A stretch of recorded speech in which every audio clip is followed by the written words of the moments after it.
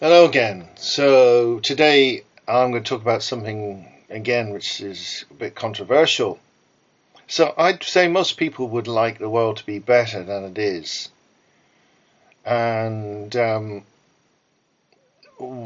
lot of people would have theories about how you go about that. And there's huge disagreement about how do you actually make the world better. Um, I think one of the problems with actually trying to change anything is our perception of reality.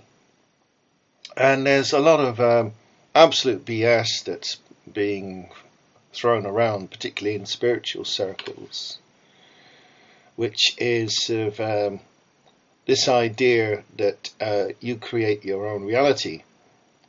Well, this is simultaneously true and also complete and utter crap.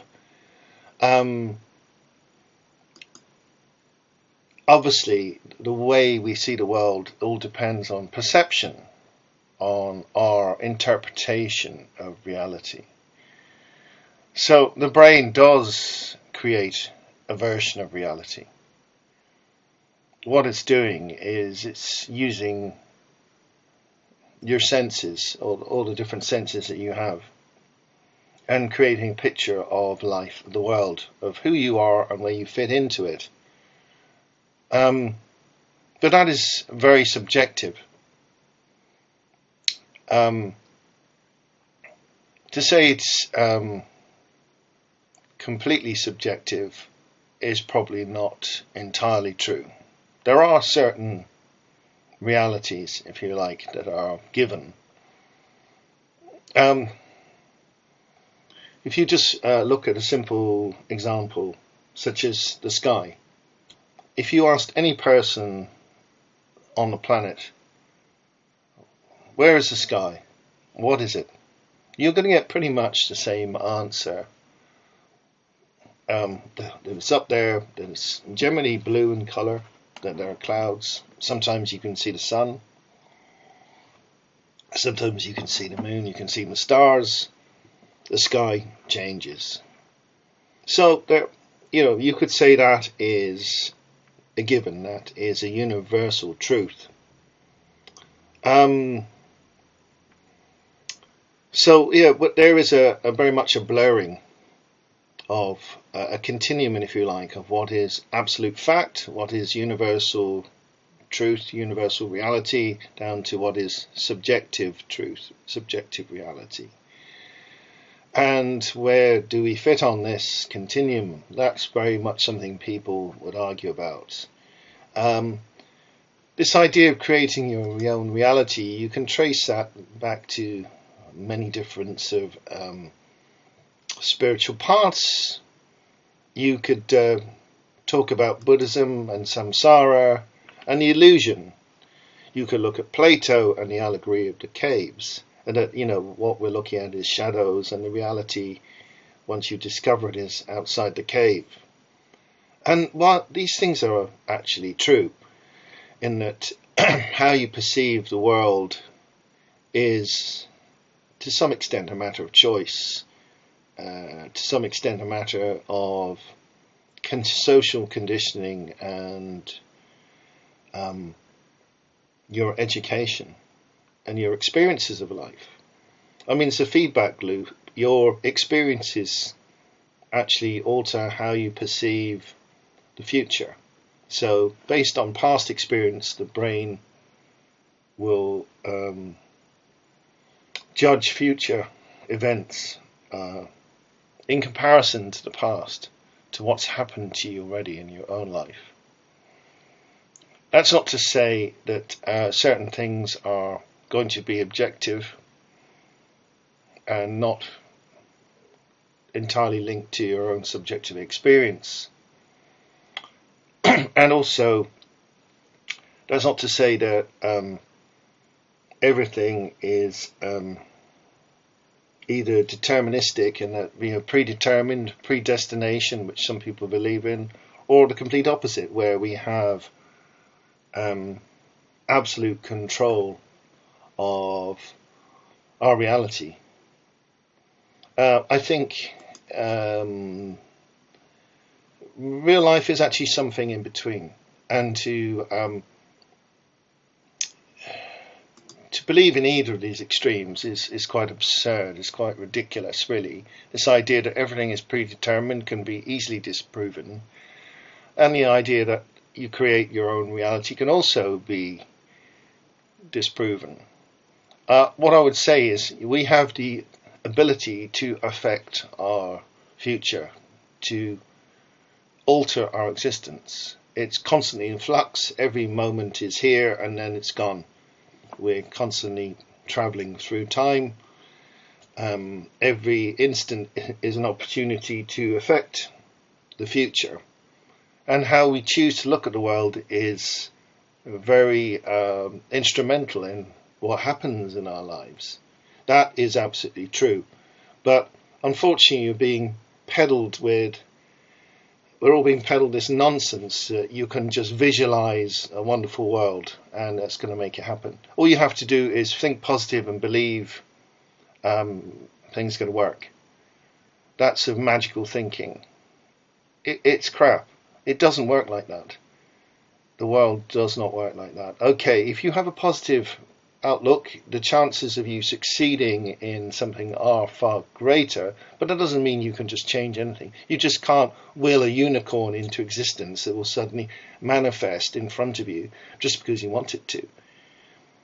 Most people who buy into this have, they've read The Secret or some other guff, and sort of lowbrow sort of magical treatise, which is basically a misunderstanding of spiritual concepts.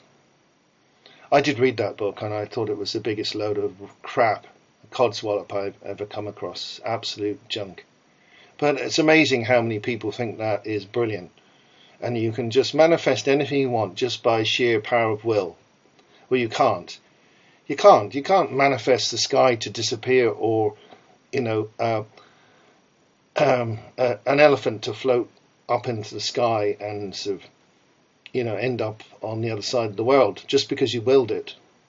That's not to say that you can't affect the world. You can't manifest things. But this idea that you can do absolutely anything you want, that you can create whatever reality you want, that is just a lie. And it's just, frankly, snake oil salesmen that are peddling this kind of shit. Making money off of people's ignorance, lack of understanding of spiritual concepts and esoterica, and just using it to make money for themselves, generally speaking. So, of course we can affect our reality. We can change our future. Every day, every second, every day is a chance to change your future. And how you perceive things, of course, makes a huge difference to your reality, to your happiness, to how you feel about life. But, I think we shouldn't fool ourselves. We shouldn't allow ourselves to be deluded into thinking that just because you dream or imagine or want something, or will it to be, that it's going to come, that it's going to happen. Which brings me to this, the subject of the talk, which is a better world. Just believing that the world will be better because you want it to be better. That's been proven to be wrong already so many times. Look at how many thousands of wars there have been, and all the people praying for the war to end, praying for people to be saved, praying for peace. And did it stop them? No, it didn't. Actually, the key to actually changing things isn't just thought, isn't just will, it's action. Manifestation happens through action. Belief is not enough by itself. And that's one of the core things I think these sort of false gurus and sort of spiritual sort of, snake oil, carpetbagger types keep peddling on people. That all you have to do is believe and that will do. You don't have to put any effort in, you don't have to actually do anything.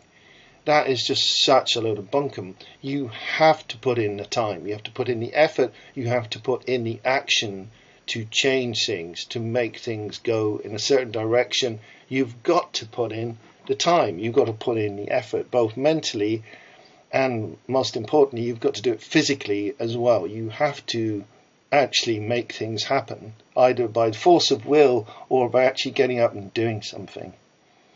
So, I mean, I really want a better world. I really wish this situation we're in at the moment didn't exist. I wish that people were kinder to each other. I wish people weren't so ignorant and mean and cruel to each other. But, there's a limit to what you can achieve, and I think the things you can do often require you actually to get up off your arse and actually go and do something. Like, the environmentalism. I've been involved in that since I was about 17, 18. I've actually got off my arse and planted thousands of trees. I've been involved in loads and loads of actions and things over the years. I could have just sat there and dreamt about there being more trees in the world, or environment being better. It's a bit like just clicking a like on Facebook. Does that actually change anything? Does it fix anything? No, it fucking doesn't. It doesn't change a bloody thing. You've expressed an interest or desire to change things, but you haven't actually done anything by clicking a like to actually change something. If you got out of your chair, went and found some trees in the garden centre or wherever, or some sapling planted in a very bad place where it's going to die eventually, you could dig that up and move it somewhere where it's going to grow. You could take the trees you've got from the garden centre and go off and plant them somewhere where they're actually going to make some difference, where they're going to grow and prosper and oxygenate the air, etc., whatever, provide shelter and food to animals, actually make some actual impact. I think people are being conned into thinking that all they have to do is think pleasant thoughts and they're actually changing the world.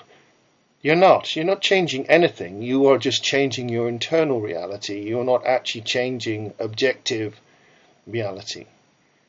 Because we all live in a world of other people, other things. We're not alone.